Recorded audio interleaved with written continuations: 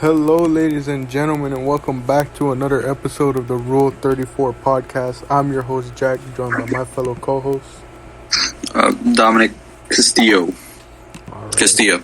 So, how you been? Toretto. Dominic Toretto. All right, Dominic. So, been about a week. How have you been? Pretty good.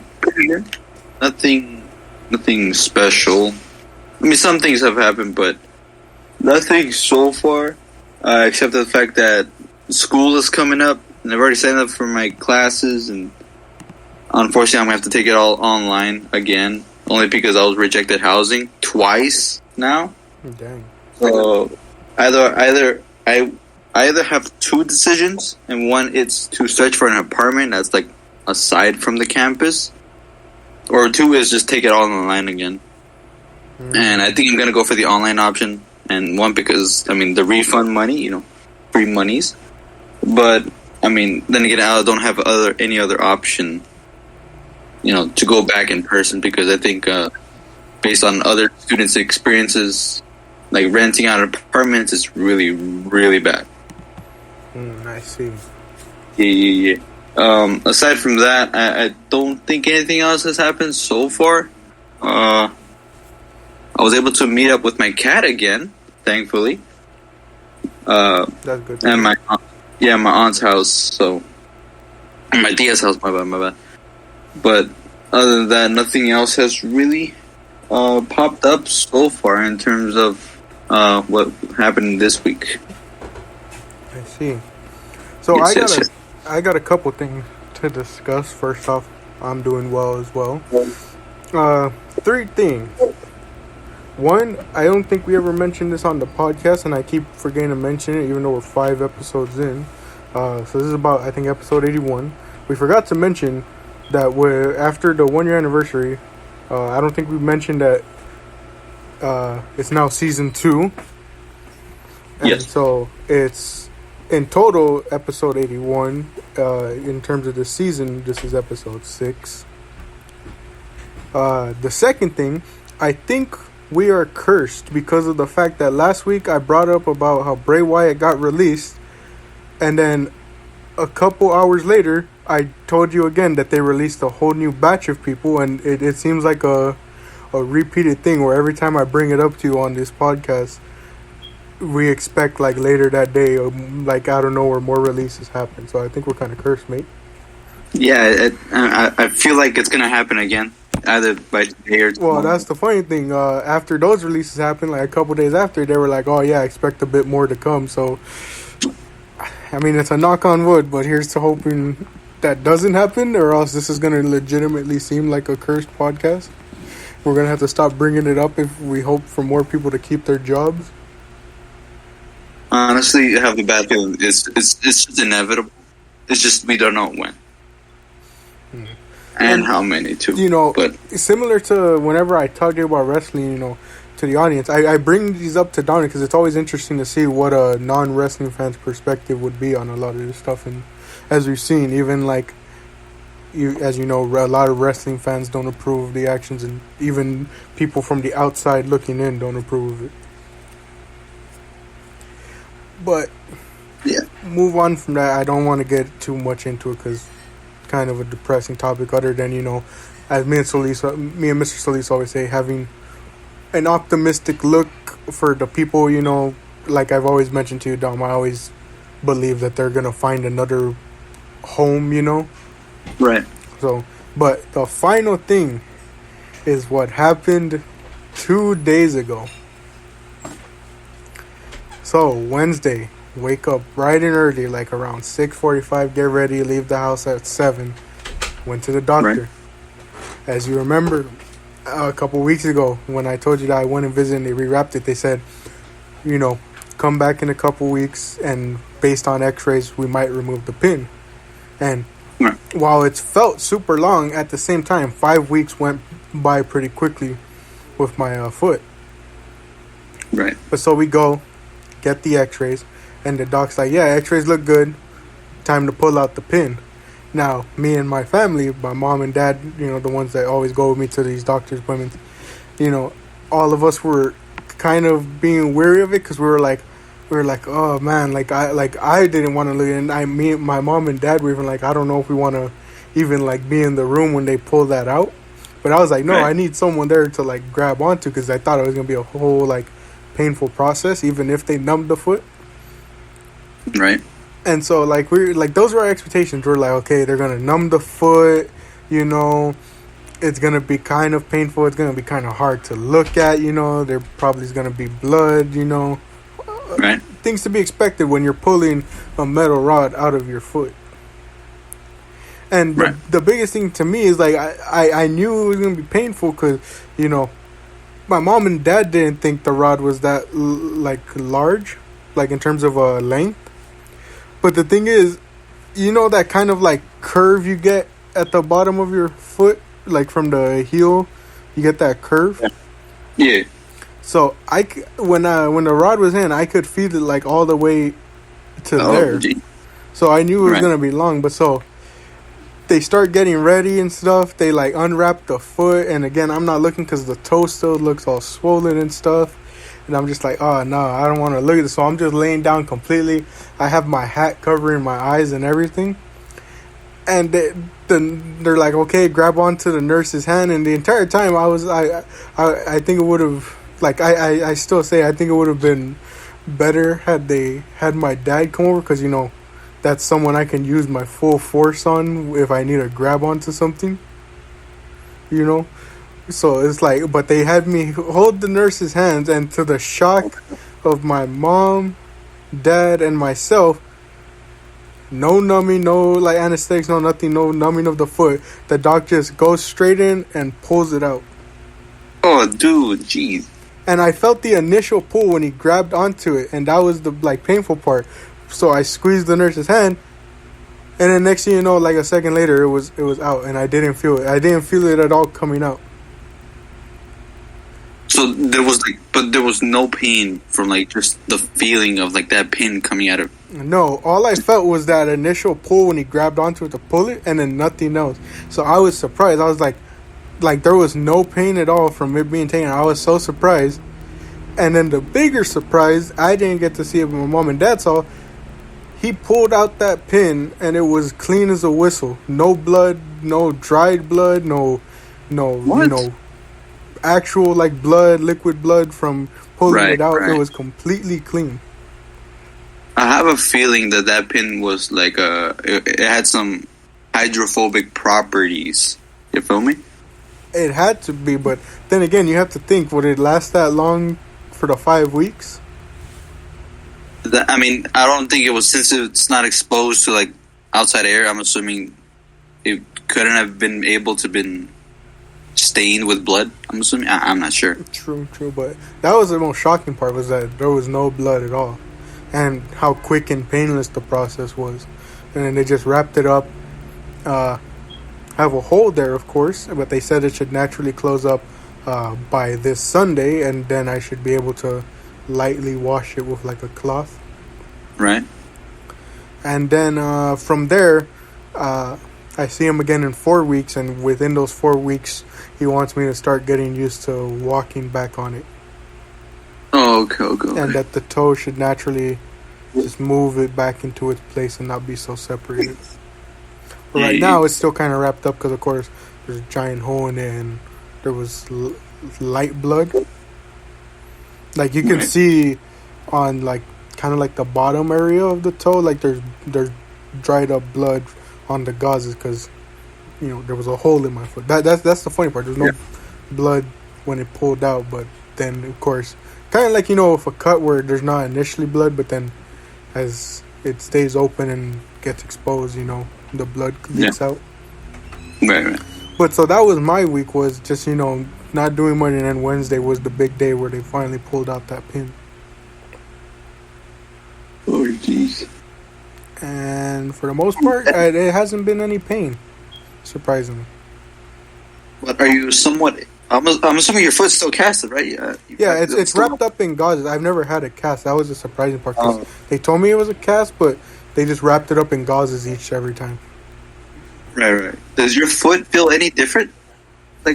No, there's just kind of like the numbness and like slight pain, like on the toe, obviously. But there's really nothing, and for the most part, because of how tightly it is wrapped, still can't really move it. Meaning I can't move my other toes. Right. But yeah, that was quite an experience, to say the least, especially for my mom and dad to just have to sit there with front row seats to watch it. Jeez. Yeah. Oh man. Would you have want to see a video of like some of just the doctor pulling it? That's from, like, the crazy part. My mom and dad kind of wanted to take pictures or film it, but the process was so quick. He got it done in less than 10 seconds, you know? He was like, all right, I'm going to pull it. Get ready, get a deep breath in, and then I don't know, bam, it was out before they could even film it. And then we didn't think about it, but we should have asked him if we could have kept the pin as like a souvenir too. But yeah, there wasn't even time to really think and about like pulling out phones to film and stuff. That's how quickly it went. I literally can't like words can't describe it. Like the fact that I felt that initial pull, but then like I couldn't even tell when he pulled it out. Like I felt when he grabbed onto it, you know, but after that I felt nothing, and it's surprising because, like I said, I could feel the rod almost down to my heel, and yet I couldn't even feel it getting pulled out. Right. Interesting. And you know, as we told the doc, since the left foot isn't that bad, we're not planning to do it at least anytime soon. You know, who knows, maybe next summer if we want to do it, because the only time I can see it being done is the summer, because that's a huge extended period amount of time where I won't be doing anything, you know. I won't be doing like school or anything, because like it's like you can't do it in the winter because I only get 3 weeks of break. Can't do it in the spring because it's only 1 week of break, but the summer gives me like the 3 months, you know, to fully do it. And I would have had more time had I done it from like the start, like as soon as I finished school in June, you know. Yeah. Because we got it done like July, and then took all of July, and we're now halfway through August for it to have fully healed. Right. The only reason I could see me doing the left foot now is if I could use that as an excuse to continue doing online schooling instead of going in person. Yeah, speaking on schooling, how's the school situation going to go with you at UCLA for this upcoming semester? So, one class is online with the section discussion course having to be in person. Mm-hmm. And then the other class is fully in person, both discussion and lecture. Oh, I see. Currently, I can't sign up for a third class because we're in that period of time where all the spots that are open right now are reserved for new students and transfer students. Yeah, I get you. So I can't sign up for anything for right now. So I don't know what my third class is going to be until later on. Yeah. What was I going to say? Have you been able to like study like the campus, like know where you're gonna go so you don't get lost? All I've searched up is the locations of the halls and looked up how long it would take me to get from each one. Okay. Is it a long run from each, or like a long walk from each class, or are they close? It's about a 15-minute walk, but like the thing says, you know, especially for like someone like me, or well, I won't know how I'll be, you know, after this because I need to get used to walking on this way again. But for the most part, I'm a fast walker, so it like the thing itself says from location to location, it should only take you about 7 minutes. 7 minutes. And that's with following the path and not, you know, cutting through like it's following the actual path rather than, you know, if you just want to cut through like the grass and stuff, you know, like diagonally. Right. But that's pretty much it. Okay. Man, what was I gonna say? Yeah, you're not applying for dorms, right? You're just gonna be picked up by props. No, I'm a commute because commute. Okay. I commute. Yeah, that works too. Yeah, but how long would it take you to commute from your house to UCLA? About an hour. I don't know. Jeez. And when does your first class start in person? I don't know. Probably like 9. 9? Wait, 9 in the morning? Yeah, depending on some days. I mean, it doesn't really matter because I'm going to be up early anyways. If I need to catch a ride with my pops, I need to wake up at like, I don't know, 6. Right. And then I'm going to just have a bunch of hours to like walk around until my first class. Yeah.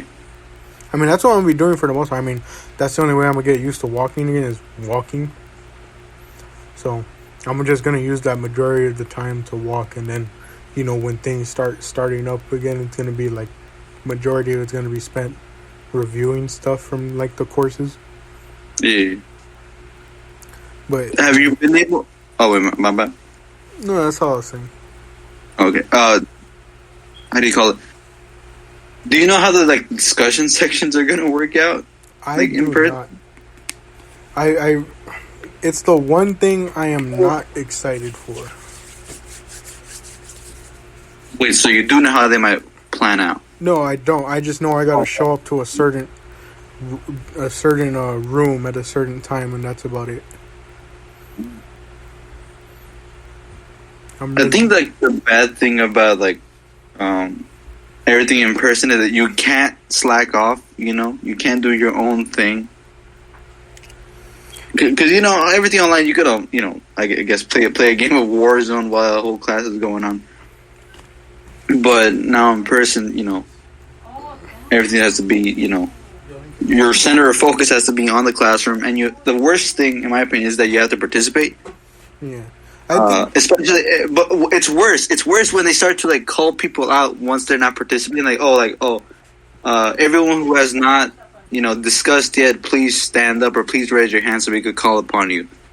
Yeah, that's what I was gonna say. I think that's my biggest issue with it is like with online, it was easier to just do stuff on your own. You know, do stuff at your own pace. That's always been one of my big issues with school is having to do everything with everyone else, you know, which is why I've always hated like breakout groups, discussions and stuff. It's like, just let me do it on my own for the most part, you know. Why are you gonna pair me with these random people that I don't know and stuff? Like, sure, you can get the extra help, but it's like, for the most part, just let me do it on my own. And if I have a question, let me go to the teacher or the TA to ask it, you know. Yeah. Exactly. I don't see the whole purpose. It was like with the Zoom things. It was like, what was the purpose of breakout rooms? No one talks in them. Exactly. But it's like, it'll be interesting to see. Yeah, I don't think they're gonna try to push it as much. Kind of like, you know, with the breakout like rooms thing. I don't think they're gonna like, you know, midway class gonna force everyone into groups to like speak upon about, you know, whatever topic, and, you know, go back as a class. I just think I don't think they're gonna do that. But the discussion sections, however, that I'm not sure how it's gonna work out, because sometimes there's discussion sections as soon as after a class ends or like a lecture ends, and who knows if that discussion section like room is like, you know, on the other side of campus. But I might be wrong. Who knows? Yeah. And I think my biggest issue also is like forced discussion. Like, you know, the whole thing of like, oh, you know, what is it? Like your sharing and stuff like that is like graded and stuff.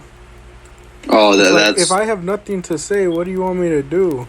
Or like, what if everyone else has said what you said, and it's like it feels like a cop out to just say, oh, I had the same thoughts as everyone else, or they said what I said.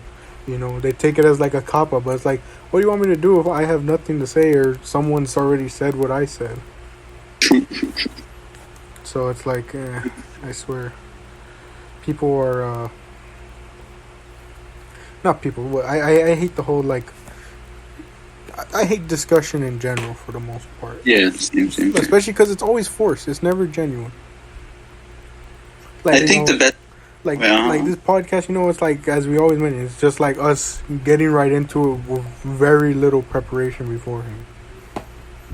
And it's easy to do. And like, it's like when talking with friends, it's easy to do because it's not forced. It's not, you know, it's not unnatural. Yeah. Yeah, I get what you mean. I think the what you said about unnatural is like it's the nature of socialization. Like when you're forced to speak upon about something, it doesn't feel right. But when it's natural, like with no incentive that you have to speak up or clarify every like point of view you have or about the topic you're talking about, it's you just feel okay. Especially when talking with like friends and stuff like that. When you're talking with a bunch of strangers you don't know, or who you just met, it feels not right. Yeah, but really don't enjoy it. But we'll have to see, and just have to adapt. Have to adapt at that point.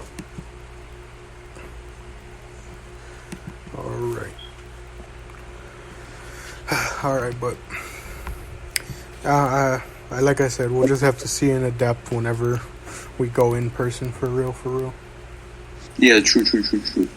Also, another point I wanted to bring up was about the college stuff is, do you know if you're going to be going to do your assignments on paper or online? Because that's something that's been hitting me a bit now that I'm thinking about it.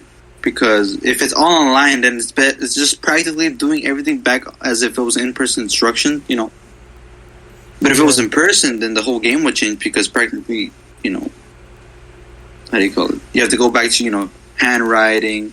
Well, I don't think they're going to make you do, like, full-on assignments, like, through handwriting. Like, maybe certain classes, like, the math courses. Right. But, like, the ones that are more oriented towards, like, writing and essays, they're probably going to still make you do it online because no one wants to read and grade handwritten essays, Like, I don't understand why in high school when all the Chromebooks were available. I get it, maybe, like, for the students who, like, don't have access to that at home, Right. But, like, it always just didn't make sense to me for the most part of, like, why we were still doing things on paper, mainly to make it easier for the teachers. Because how many times did teachers say they couldn't read, like, a certain student's handwriting, So it was like, can't we just do it online then so you can easily read it?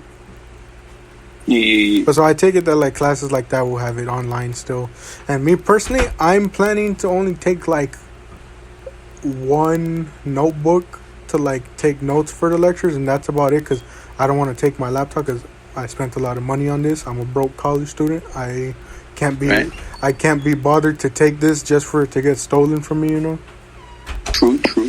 So I'm gonna leave my laptop at home and just take, like, a notebook and some pencils, or pens, to write and take notes whenever I need to. But that's about it.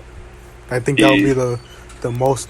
That would be the extent of me using, like, pen and paper. Yeah. As a recommendation, I recently bought. I think like a year or two ago, I bought this computer cover, but it makes the computer look like a book. I think you've seen it before. Yeah, I've seen it. I think that might be a good substitute if you want to bring your computer, but you don't have to. Also, on the question of books, are you gonna have to buy textbooks, like actual physical covers? I'm not gonna lie to you. I haven't really bought any textbooks. I bought, like, a couple, but, like, not really a majority. Like, I've had to buy books that I had to read for classes or, use for classes. But for the most, I don't. Maybe it's because I haven't gotten that far into college yet. But I haven't found any of, like, those textbooks that people be saying they have to sell an arm and a leg for. Oh yeah, true. Everyone that I've gotten for the most part has been cheap in terms of, like, the refunds they give me, and so it's like, oh, okay, the refund covers it, not my own money. Right. Financial aid covers it, Yeah. And that's the funny part is that the financial aid for the most part goes to the school, and then you have to rely on the refund for when you have to buy, like, textbooks and stuff. Like, most of your FAFSA money, you don't even know where it goes. True. Because, the school gives you, like, an itemized bill, but it's like, you look at half the stuff and you're just like, all right, what are all these random fees you're charging me? Yeah.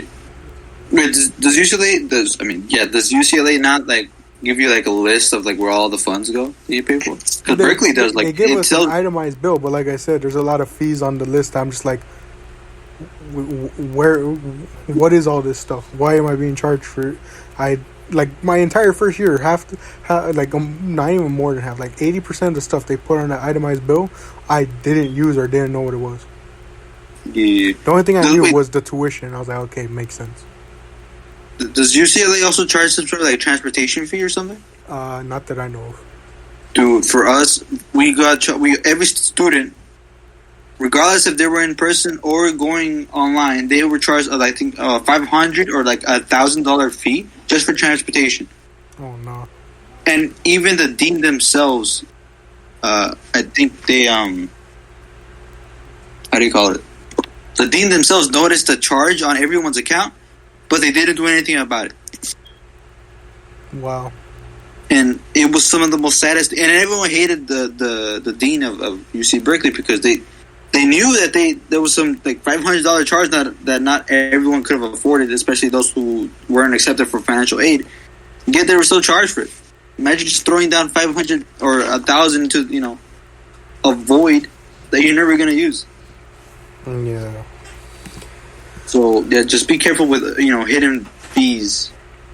I mean, that are aside from the tuition, but that could be useful towards you, but you never end up using. Interesting. But yeah, in terms of the school stuff, I don't think there's much else to cover aside from just being prepared to go in person, and hopefully you get to find some previous friends, or just overall at least someone to get to talk to while in school, so you're not left out, I guess. Yeah. All right. So for about 17 minutes left, Dom, do you think that's enough time for our topic, or? Wait, give me 1 second. Because I think today's topic should be rather quick. Should be pretty quick, yes. But I don't know. It's up to you to decide if you think 17 minutes is enough for today's topic, or should it be something else?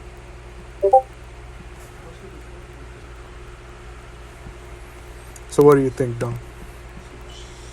I think we should move on to today's topic at hand that we've prepared and created a list for. Yeah, so not necessarily a tier list, but idea given from my dad. Our top 10 YouTubers. And to add on to this, I think it's not just like I think we're considering all time, right, Dom? Yes, of all time. Yeah, and also there's a lot of things that factor into it. It's I think do we still enjoy their content? We still watching them? Obviously if it's your top 10, you're more than likely still going to be watching them. But also it's like you might if you would asked a couple years earlier, maybe certain would have been at the top, whereas years later they're kind of more towards the bottom of the list, just because of the fact of maybe you don't really watch them that much, but you still enjoy them. Maybe their content changed, and while you enjoyed it, it's not the same. But that's kind of the criteria going into the top 10 for the YouTubers. So, do you want me to go first, Dom, or would you go first? I mean, if you want to go first, you go ahead. Unless you want me to go. All right. We got about 15 minutes each, or 15 minutes. So number 10, Nairo. He's I think he used to be professional Smash player. I do not remember. I know he's a Super Smash Bros. Player. Also plays other games, but he's mostly known for that. Genuinely nice guy. Super cracked at the game. Interesting to watch, but barely have started getting into him like this year and kind of a little bit of last year. So it's like that's why he's at the bottom. Right. Number 9. Oh, and I forgot to mention, it's gonna be interesting to see how different our lists are and the interests are. Yeah. And speaking of that, number 9, Sethical. I don't know if you remember this guy with the boneless pizza meme. Yeah. But it's rare that you see someone blow up off a meme like that. And while while he isn't as popular as when that meme popped off, it's crazy to see how much he's kept the consistency of how funny his videos are. It's basically just meme videos that are always like less than like 5 minutes, but they're always super funny. So, I have him in there.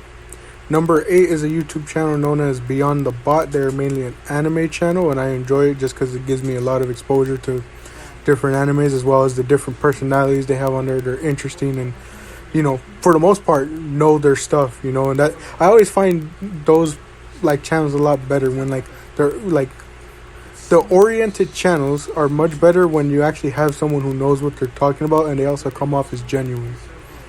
Yeah.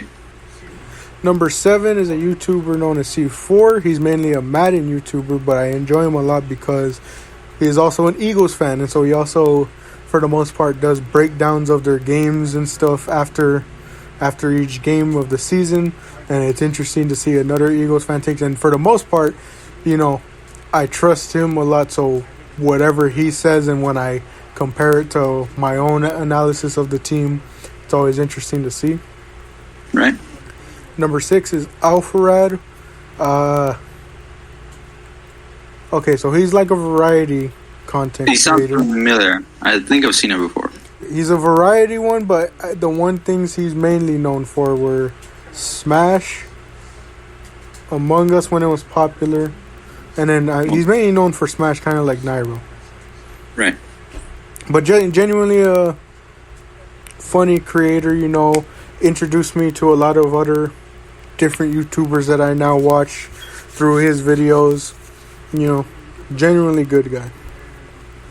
Now, going back to the point I said earlier about, had you asked this question years ago, this person would have been higher.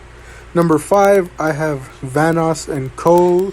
It feels wrong to say and Co, but, that's the only best way to include, Vanoss and all his other buddies that played with him, Right. I think me and you both can speak and say that Vanoss was a real pillar of our childhood. True. One of my favorite YouTubers of all time.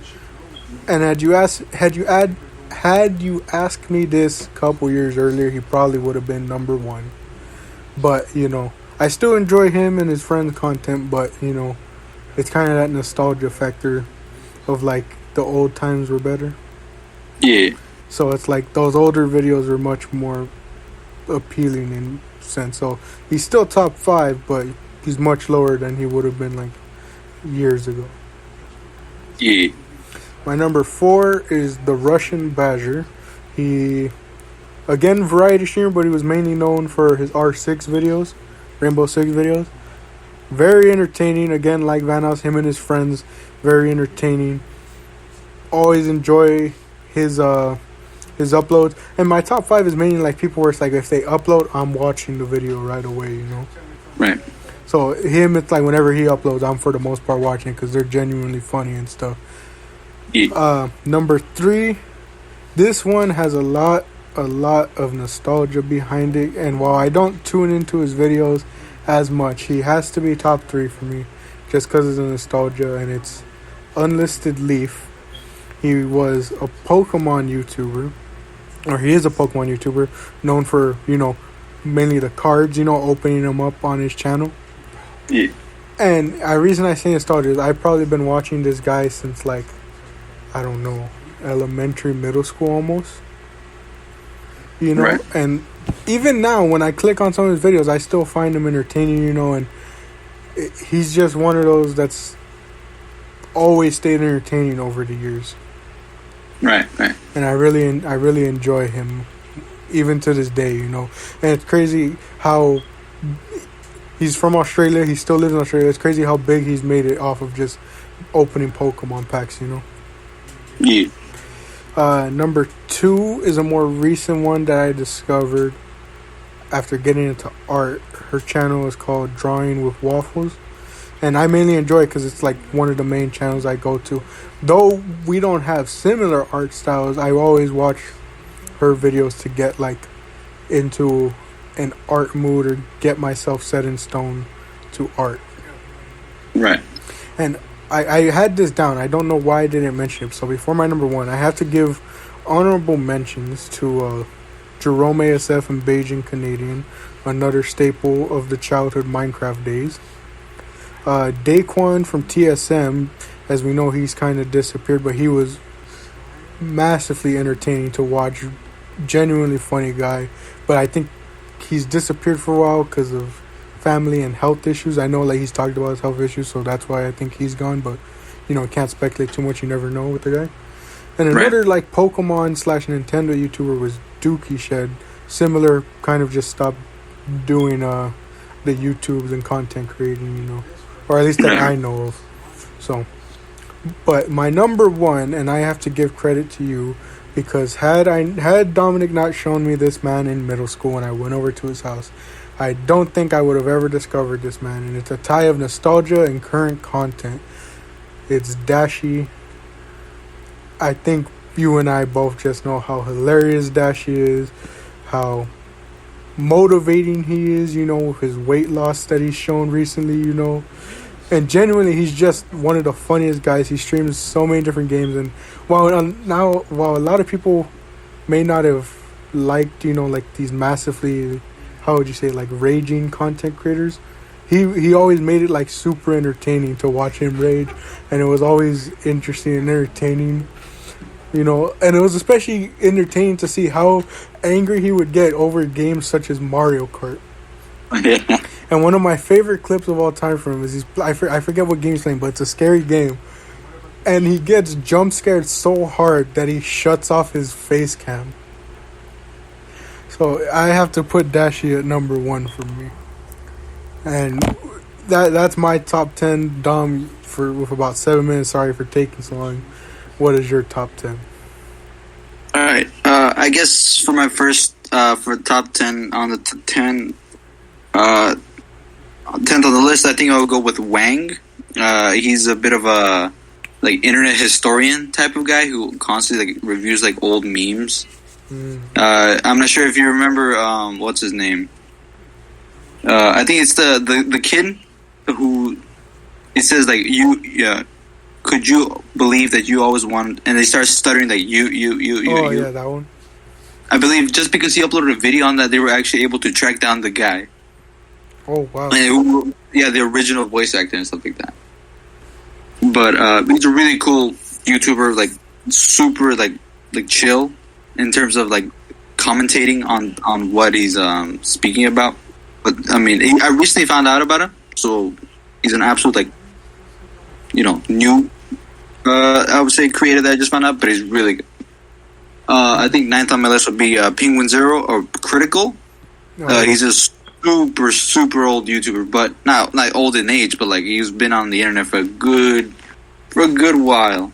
I think this guy's also a commentator type of YouTuber. He also plays games on the side, but he mostly speaks in like with like a harsh truth, but with like a comedic taste. Just throws in like constant insults, well, like very like smart insults, like at whatever he's like reviewing or like commentating about. I think 8 on my list would be Ryan Higa. I'm not sure if you remember who he is, Jack. Yes. I can't say his name or his YouTube channel, or else I'd get banned or canceled. But his channel was like really like the peak prime of YouTube back in like 2011, 2012, during like the how do you call it? Like just like where absolute creativity existed back in the day. I don't really watch the videos nowadays, only because it's just not as it's not the same. It's not the same as compared to what it was before. Exactly. Next up on the 7th would or 7th, I think, I'm not sure. Yeah. Next. Yeah, 7th. I will go back to Internet Historian. It's YouTuber is like who basically speaks on all like the recent events in human history where it was practically a meme, like real life memes, not like just internet stuff, but like actual like human things that just can conspire to become a meme. Very funny guy, very very hilarious, and like the amount of editing he just throws into it, his videos. However, he does like upload very very scarcely. Very scarcely, yes. Only because I'm assuming a bunch of editing goes into his videos. I think the next one would be iDubbbz. Only because of the constant, just the constant abuse that was thrown at him back in the old days, back in the peak times during the Filthy Frank era. 2015 days, 2014, 2015. 2014, 2015, 2016 were just the peak prime. Peak prime. Man. Good times, though. Good times. I think next one would be Skyda's Minecraft. Jeez. Is that number 6 or 5? I think we're on... Wait. Number 5. 5. Oh, 5, yeah, 5. We're on Skyda's Minecraft. Absolute legendary YouTuber. I remember watching his videos, I think coming back from school, back from what? I think elementary or middle school? I don't even remember. But I just remember watching his mod reviews. Oh, yes, mod. On whatever mod. I never even played Minecraft that day. I never owned the game Minecraft. But yet I still watched the mods, the cops and robbers, the random mini games he played with his friends on Team Crafted as well. Jeez, man. Good old days. Good days. Fourth will be Dashy Games. You got about 3 minutes, mate. Oh, we got time. Dashy Games, absolute legend. I remember my favorite video. I'm not sure if you've ever seen this one, but it was a Super Mario. It was a Mario Kart clip of I think it was like Yoshi throwing. Was it Yoshi or Luigi throwing a shell at Yoshi, and then Luigi giving him the death stare, and Dashy just throws out an insult, but it's just some of the most funniest clips I can remember of him. Yeah, third on my list would be what happened? Dashy's hate for Donkey Kong. Oh, Dashy's hate for Donkey Kong, and being in number 6th place all the time. Always. All right, continue. I don't want to take up most of your time. Yes. Third would be XUC, only because I've been straight watching him for like 2 years and a half now. Ever since I discovered him back in December of 2018, I haven't missed a single stream. Oh, I've missed some streams, but like the majority of the time, I'm just like watching clips and like YouTube, like clips of the streams. But I mean, he's been an absolutely funny dude, just playing like variety games or like scary games where like the chat's going crazy. Number 2 would be Vanoss, only because absolute peak prime YouTube with like his friends, just be some of the most absolutely hilarious clips to ever exist online, whether it be Gmod or GTA 5. Number 1, absolutely just the best of the best, Filthy Frank.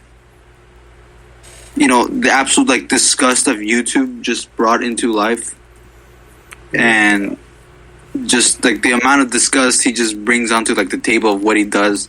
For those who don't know who Filthy Frank is, he practically has it's this character that does some of the most disgusting things you could think of. An example is, I'm sorry? He's Joji. He's Joji now, yes, for those who don't know. His name is George Miller, but he goes by Joji. He's a musician at the moment. So he unfortunately ditched, the old character. But like some of his most disgusting acts was like creating a vomit cake and eating it on camera, while everyone's just vomiting because of the stench and disgust of the creation of a vomit cake. Yeah, man was on some low key nut stuff. It was some of the most disgusting things, but it was the prime. It was the peak comedic factor that just brought everyone together. And knowing that once Filthy uploads, you're gonna go in for a ride. And much like a lot of things, he's a product of his era, because there's no way a lot of the stuff he did or said would pass off today. Exactly. But with that being said, we'll wrap up here with about 30 seconds left, mate. I've been your host, Jack, joined by my fellow co-host, Dominic. I want to thank you all for joining us for another episode of the Rule 34 podcast. As always, if it exists, we have an opinion on it. Thank you, and we'll see you in the next episode. And thank you for this little nostalgia trip.